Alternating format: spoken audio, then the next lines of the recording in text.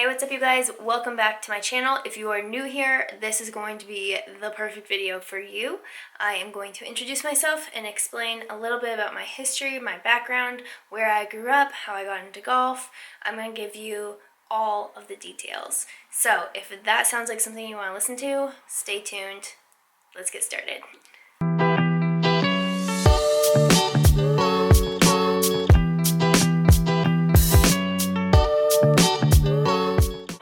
Hi you guys, for those of you who don't know me yet, my name is Hailey Ostrom. I am a professional golfer in Scottsdale, Arizona. My background. I grew up in Bend, Oregon. I grew up playing every sport known to man. I have a younger brother. My brother and I basically played everything: soccer, basketball, tennis, swimming, volleyball. We played it all. And golf. My dad is who got me into the game. He taught me golf at a really young age. He taught me the short game first, taught me how to putt, how to chip. He eventually let me start hitting full swing shots. He made the game fun, made me want to go out and play, and I was kind of naturally better at golf than the other sports, so it was easy for me to want to go play. That helps a lot. I started playing in tournaments when I was around 9 years old. My dad took over what was called COJA, Central Oregon Junior Golf Association. I played in tournaments every single Monday in the summertime against kids my own age, and we would compete against one another. We would learn the etiquette of golf and the integrity of golf and just kind of overall what golf was. One of the things I loved most about COJA was that there was a rule that your parents weren't allowed to come out and watch, and they weren't allowed to volunteer for your group. If they volunteered, they could be in the group in front of you or behind you, but they couldn't be in your group. So it really taught you as a kid how to be independent, step away from your parents, make friends, learn something without them holding your hand the whole time. So I think that is something that's so important to just growing up also. COJA was really great for me, a huge stepping stone in my golf career to come. So it wasn't until high school that I really got more into golf and started focusing my time just on golf. I played volleyball my freshman and sophomore year, and then junior year I decided I was just going to focus all of my time on golf. So my freshman and sophomore year I had a team, a high school team, and then junior year we couldn't field a team. So it was like me and one other girl, and then by senior year it was just me. So I was on my own. I had to qualify for state on my own. Practices, it would be me, my coach, and my dad. It would be the three of us. Springtime in Bend, Oregon means there's going to be days that it still snows, there's going to be hail and rain, and hopefully a little bit of sunshine here and there. So high school golf wasn't the most fun golf in the world for me, but I knew that that was what was going to take me on to college. When it came time for me to go off to college, I didn't have a clue where I wanted to go. I had scholarship opportunities at some colleges, smaller schools, but a lot of East Coast schools where I didn't want to go that far away. Some of them were like all girls schools and just things where I was like, I'm not really interested in that. And so I decided I wanted to take a whole recruiting trip through California. So my family, we went on a road trip. We road tripped it all up and down California to see these colleges, and I just did not have the right fit. I didn't like any of them. When I would like one thing, I wouldn't like another, and I got really discouraged, and I thought, I'm not gonna play golf in college, and that's just gonna be it, and I'll just have to go to U of O and not be a golfer anymore. Until my dad suggested George Fox University. George Fox is a small private D3 school just outside of Portland, And when he first suggested it, I was not thrilled. I said I won't want to go there because it's going to rain every day, and I've already been stuck in the rain every day anyway. I don't want to play golf in the rain anymore. I don't want to play golf in the snow. And so I was not thrilled, but he said, let's just check it out. So we drove up to Portland, went and visited, and I instantly loved it. It just felt like the right fit. It had a small school feel, of course. It was really small. It's in a small town, but everybody was so welcoming, and I instantly loved the golf coach. George Fox golf coach is Mary Jo McCloskey. She brings so much energy to every conversation. She is so positive. She's just a light. So I hit it off with her right away. I knew that she was going to be somebody I looked up to and trusted with my game, and just I could tell that she was going to be a great coach. I also really liked the team. I met a few members of the team. They gave me a tour around campus. In the end, I decided I'm going to George Fox University. They did offer me scholarship, and this should be a lesson to everybody out there, especially the female golfers. There are so many scholarships that go untouched every year. You just have to be willing to ask. D3 schools cannot technically give athletic scholarships, but they have a ton of other scholarships to give, and they've got money from donors to give out. They have a lot of money. You just have to be willing to ask. So do not get scared or pushed away from D3 schools because you don't think that they can give you an athletic scholarship, because they will find a way to give you money. I had a good scholarship in the end. I was offered a good scholarship. That was awesome. That helped me go to a private Christian school that otherwise I would have never been able to go to. And if I did, I would have walked away with a ton of debt, and instead I didn't have that much debt. I'm paying off a very reasonable student loan. So let me be your guide here and tell you, just ask, because those options are out there. Anywho, I could not make the team my freshman year. I got to college, I was excited, I was out on my own, I was loving life, I was making friends. I loved everything about college right from the beginning. And golf, I was so nervous. I didn't feel like I was good enough to be on the team. And Kelsey, my senior captain, took me under her wing. She started mentoring me and coaching me in other aspects of just, not even just golf, but just anything, really. Like, she gave me advice on everything. And she kind of gave me the confidence that I needed. And once I got that confidence, I just kind of took off and my game came together. So I was unprepared, but I took the time I needed my freshman year to really get my game where I needed it to be and figure out college life without my parents. I had to learn how to do everything. I didn't know how to cook. I didn't know how to do my laundry. So I learned a lot freshman year. Luckily for me, my coach always believed in traveling with one extra player. So I got to travel with the team even though I wasn't making the lineup, and I played in each tournament as an individual.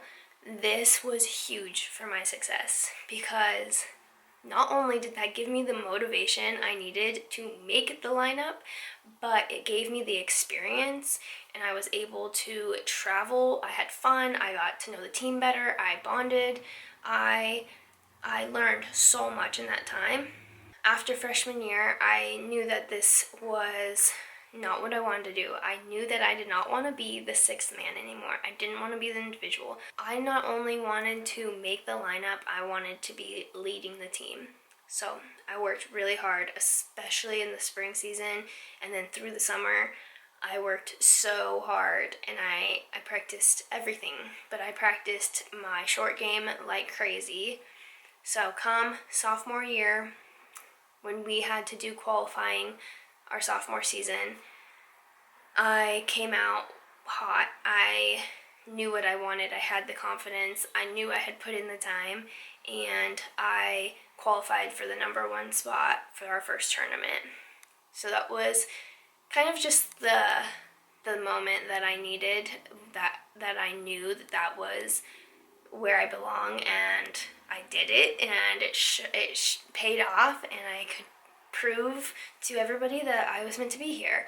Not that anyone ever doubted it, except for myself. So if that's not another lesson to learn from me, believe in yourself, because if you don't believe in yourself, no one else is going to do it for you. Throughout pretty much sophomore and junior year, I continued to work hard. I kind of found my place in either the second or third position on the team, and I was okay with that. Once season starts, you kind of figure out like where everybody plays best at, and one of the girls played best at first. I played best at either second or third. That's just the way it was. So I kind of found my spot in there, and then just continued to work hard, help my team. Our team has always been nationally ranked. We went to nationals each year. So senior year, I really focused on my game. All I did was focus on my game. I knew our coach always said that you can do 2 out of 3 things really well. There's 3 things: social, sport, and school. The 3 S's. You can only succeed in 2 of the 3 things at one time. So choose wisely. That's what she always said. You can really only focus on 2 of those things. So senior year, I chose sport and social. My school was fine, but golf was my number 1 priority by far, and I just put in extra time. I would go to practice early. I would stay late. On the days where practice got canceled because of weather or whatever, I would drive 20 minutes to the undercover range and practice there. It'd still be cold, but it would at least be dry. I just put in extra work, and in the end, it pays off. Senior year, I ended up winning 4 tournaments, including our conference championship. I helped lead my team to nationals, where we finished 3rd, which was the best we had ever done at nationals. I made first team all-conference, first team all-Western conference, and all-American honors. So in the end, it paid off. I had gone from my freshman season, where first week of qualifying, I could not break 90. I was shooting in the 90s, to senior season, I was an All-American. Looking back now, that just solidifies all the hard work I put in. It's such a good feeling. But my favorite award that I was given my senior year was Most Inspirational, which was voted on by my teammates. So they voted me Most Inspirational.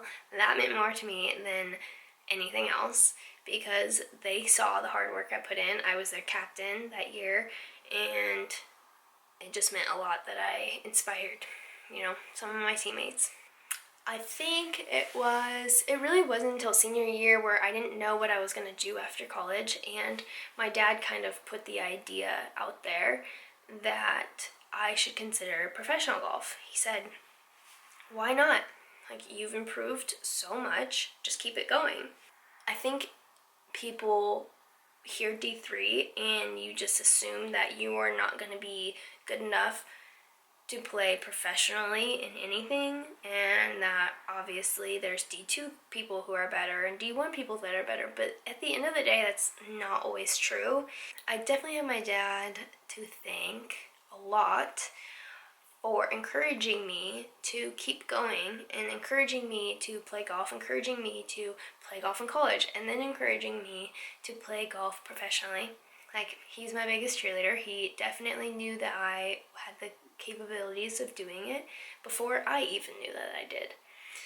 So because of that, my dad put that thought in my head that, why don't you move somewhere warm, where the palm trees are? I've always wanted to live where the palm trees are, and just play golf for a while. He's like, you're young, you can travel, you can play golf, you can make a little money on the side, go do it. I decided to move to Arizona. I had only been to Peoria, Arizona, which if anybody knows Arizona, that is a very small piece of Arizona. It's a retirement area, really nothing to it. I had only been to one course there, and that was it. And I decided I'm moving to Scottsdale because that sounds like a beautiful place, and it just sounds like somewhere I'd want to go. I did not know anybody. I didn't have a job lined up. I didn't really have that much money. I had no clue what I was doing. But I packed up my car. My mom came with me, and I drove from Bend, Oregon to Scottsdale, Arizona with a car full of my clothes and my golf clubs and a lot of faith that it was going to work out. I ended up rooming with a girl that I played college golf against. She went to Whitman College. Her name's Alyssa. And I really didn't know her. I mean, we played against each other like 3 times our entire college career. But she was like, yeah, I remember hearing you say that you might move to Arizona and we have a room. And I was like, okay, deal, perfect. So I moved in with her and her brother. So I basically just got to know them over the first, year living down in Scottsdale. And it didn't fully hit me until I was dropping my mom off at the airport after she had helped me move in, and she was saying goodbye, and I lost it, and I was like, what have I done? I was driving home, I pulled off on the side of the road, and I was sobbing, and I'm like, what have I done? I'm by myself. I don't even know my roommates. I don't know anybody. I don't have a job. I don't have money. I don't know what I'm doing. And I was like, get a grip. You have to have faith. It was the scariest thing I ever did, but the best thing I ever did. Another lesson. Learn from me. Take the leap. Take a chance.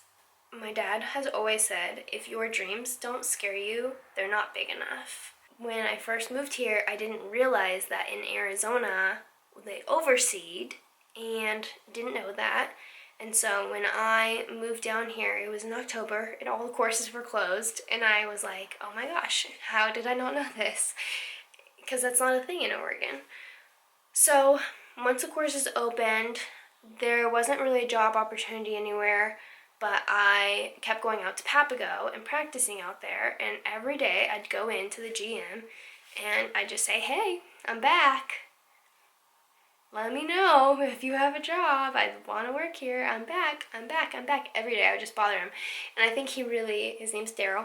And if you follow me on Instagram, you see Daryl every now and then. And I think he liked that. I took initiative and I wanted a job, so I asked him every day until he gave me a job. So I started working at Papago. I worked the beverage cart, and I worked in the trailer, in the little cafe. And that was to get free golf, and I needed some money too, obviously. And I worked there for over 2 years. I loved it. I still go out there. That's my practice facility. I am very grateful for all the relationships I made there. I'm very grateful for Daryl. Daryl is one of my favorite people ever. If you're ever in Phoenix, come out to Papago, check it out. You can run into the Cart Barn guys. You can go in and say hi to Daryl. And you might just catch me on the range.